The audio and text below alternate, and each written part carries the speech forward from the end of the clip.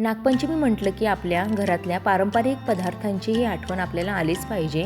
आज नागपंचमीच्या खास दिवशी आपण बनवणार आहोत अशी पारंपरिक आणि चविष्ट खांडोळी, जी खायला तर अप्रतिम लागतेच, पण तिची बनवण्याची पद्धतही एकदम खास आहे.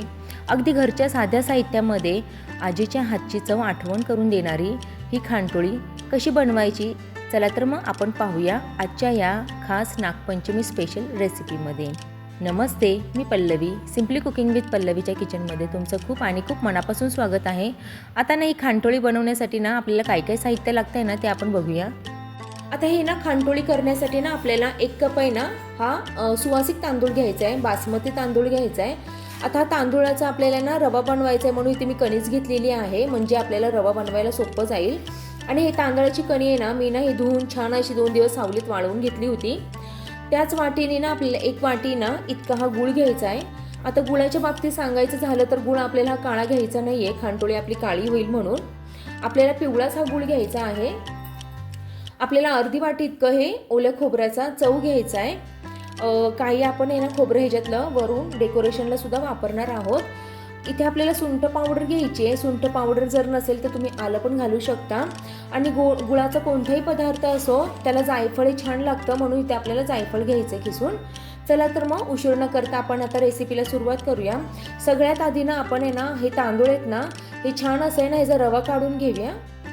सगळ्यात आधी आपल्याला ना हे ना रवाळ असं वाटून घ्यायचं आहे. तुम्ही कोणताही सुवासिक आंबा मोहोर असू दे, कोणताही तुम्ही सुवासिक तांदूळ घेऊ शकता. सुवासिक तांदूळ घेतल्यामुळे काय होतं ना, जसं आपण मोदकाची उकड काढताना पण आपण सुवासिक तांदूळ घेतो, तसंच आहे ना खांडवी किंवा खांडोळी खाताना आहे ना ह्या सुवासिक तांदूळमुळे ना काय होतं त्याची चवही दुप्पट अशी वाढते. चला तर मग आपण हे वाटून घेऊया. आता तुम्ही बघू शकता मी असं हे रवाळ असं वाटून घेतलेलं आहे. जाड रवा असतो ना तसं हे झालेलं आहे वाटून. आता ना आपण हे ना हे छान असं परतून घ्यायचंय तुपावर. चला तर मग आपण हे परतून घेऊया. सगळ्यात आधी ना आपल्याला आहे ना 2 टेबलस्पून इतकं तूप घालून घ्यायचंय आणि या तुपामध्ये ना छान असा हा रवा आपल्याला भाजून घ्यायचा आहे. आपण आहे ना हा रवा छान असा भाजून घेऊया. आपल्याला ना हा तांदळाचा रवा आहे ना हा लालसर करायचा नाही, नाही तर आपली खांडोळी ना ही लाल होऊ शकते. आपल्याला आहे ना छान असं बारीक गॅसवरच आहे ना खरपूस असं फक्त हा तांदळाचा रवा आपल्याला भाजून घ्यायचा आहे तुपावर. आता इथे ना छान असा रवा भाजून होते तोपर्यंत आपण दुसऱ्या साईडला आहे ना जे आपण गूळ घेतला होता ना त्याचं छान असं पाणी करून घेऊया, म्हणजे आपल्याला ह्यामध्ये ओतता येईल. आता नाही तर आपल्याला गुळाचं पाणी बनवून घ्यायचं आहे. ज्या वाटीने ना आपण तांदूळ हा मोजून घेतला होता त्याच वाटीने 3 वाट्या आपल्याला इथे पाणी घ्यायचं आहे.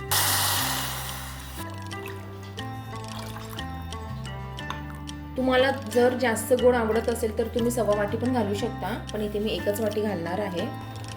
गुळ आहे ना हा आपल्याला पिवळाच घ्यायचा आहे, म्हणजे ना खांडवी छान अशी पिवळी होते. आता हे ना छान असा हे पाणी उकळेपर्यंत आहे ना आपण रवा बघून घेऊया भाजलाय का. छान असं आहे ना आपलं तांदळाचा हा रवा आहे ना भाजून झालेला आहे. आता नाही आता आपल्याला जे गुळाचं पाणी केलं होतं ना ते घालून घ्यायचंय. इथे मी गाळून घालणार आहे. आता छान असं आपल्याला हे मिक्स करून घ्यायचं आहे. आता ना खांडवीचा कलर आहे ना हा सुरेख येण्यासाठी इथे ना मी तुम्हाला एक टिप सांगणार आहे. आता ना ह्यात आपल्याला आहे ना 1 चिमूटभर इतकं फक्त हळद घालायची आहे, म्हणजे कलर हा छान येतो खांडवीला, जास्त घालायची नाहीये. आणि छान असं मिक्स करून घ्यायचं आहे, म्हणजे कलर आहे ना सुरेख असा येतो. फूड कलर वापरायची अजिबात गरज नाही आहे ह्याच्यामध्ये. आता आहे ना आपण आहे ना जे खोबरं घेतलं होतं ना ओलं खोबरं जे मी खवून घेतलेलं आहे ते आता आपण ह्याच्यात घालून घेऊया. इथे ना खोबरं घालून घ्यायचंय. कोकणात आहे ना खोबरं किंवा हे तांदूळ हे भरपूर प्रमाणात असतं, म्हणून आहे ना त्यांचे बरेचसे हे पदार्थ ओल्या खोबऱ्याचे तांदळाचे बनवलेले असतात. थोडं खोबरं आहे ना हे मी वरून डेकोरेशन करायला ठेवलेलं आहे. 1 टेबलस्पून इतकं मी खोबरं अर्ध्या वाटीपैकी ठेवलेलं आहे, जे आपल्याला वरून घालायचं आहे. आता नाही आता आहे ना तुम्ही ना जर सुंठ पावडर नसेल तर आलं खिसून घालू शकता, पण इथे ना माझ्याकडे सुंठ पावडर ही होती म्हणून मी इथे ना सुंठ पावडरच घालणार आहे. त्याने ना अप्रतिम अशी आपल्या खांडवीची चवी लागणार आहे. हे पण आता आपण मिक्स करून घ्यायचं छान असं. आता ह्याच्यात आहे ना आपल्याला थोडंसं मी इथे जायफळ घालणार आहे खिसून. थोडंसं असं आपल्याला इथे जायफळ घालायचं आहे. जर तुम्ही जास्त घातलं ना तर जायफळने ना झोप पण येऊ शकते, म्हणून आहे ना इथे मी थोडंसंच घातलेलं आहे. आता ना ह्यामध्ये आपल्याला चवीनुसार मीठ घालून घ्यायचं आहे. इथे चवीनुसार मी मीठ घालून घेणार आहे. कोणत्याही गोडा पदार्थाला थोडंसं मीठ घातलं ना त्याची चव दुप्पट अशी वाढते, म्हणून इथे आपल्याला मीठ घालून घ्यायचं आहे. आता हे सगळं मिश्रण ना मी थोडं एक 5 मिनटं झाकून ठेवणार आहे, म्हणजे ते छान असं शिजलं जाईल. झाकून ठेवूया. 5 मिनटं झालेले आहेत. छान असं तूप आहे ना वरती आलेलं आहे. आपण ह्याला छान असं मिक्स करून घेऊया. छान असं आहे ना हा तांदळाचा रवा हा शिजलेला आहे. ही खांडवी ना खायला अप्रतिम अशी लागते, आणि जोपर्यंत आपण घरी बनवत नाही ना तोपर्यंत येत ना ह्या परंपरा येत ना ह्या मुलांना सुद्धा समजत नाहीत. 1-2 मिनटं आपण अजून ह्याला आहे ना झाकून ठेवायचं आहे. इथे ना आपल्याला आहे ना ट्रेला आहे ना असं तूप लावून घ्यायचं आहे, म्हणजे ना खांडवी ना खाली चिटकत नाही. मी ह्या ट्रेमध्ये सेट करते. तुम्ही ना ताटात केली ना तरी पण चालणार आहे. सगळीकडून आपल्याला छान असं तूप लावून घ्यायचं आहे. 5 मिनटं झालेले आहे. छान असं खांडवी ही आपली रेडी झालेली आहे. एकदा ह्याला आपण मिक्स करून घेऊया. तुम्ही बघू शकता मस्त झालेली आहे. कलर पण अप्रतिम असा ह्याचा आलेला आहे. चला तर मग आपण ह्याला ट्रेमध्ये सेट करून घेऊया. आता छान अशी आपल्याला ना ही सेट करून घ्यायची. आता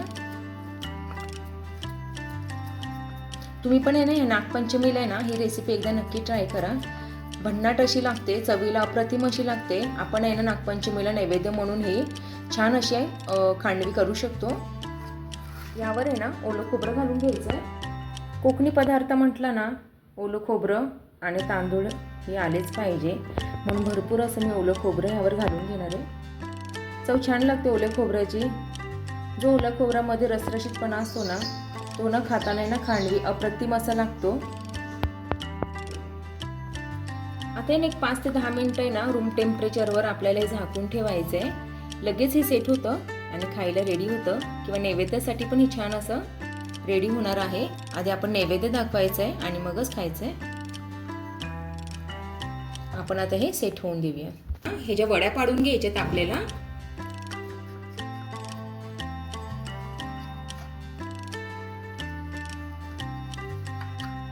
तर अशी ही अगदी मऊ लुसलुशीत आणि तोंडात विरघळणारी नागपंचमी स्पेशल खांडोळी तयार झालेली आहे.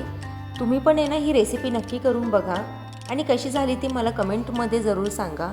व्हिडिओ आवडला असेल तर लाईक करा, शेअर करा आणि चॅनलला सबस्क्राईब करायला विसरू नका. चला तर मग पुन्हा भेटूया अशा एका भन्नाट आणि पारंपरिक रेसिपीसोबत. तोपर्यंत बाय.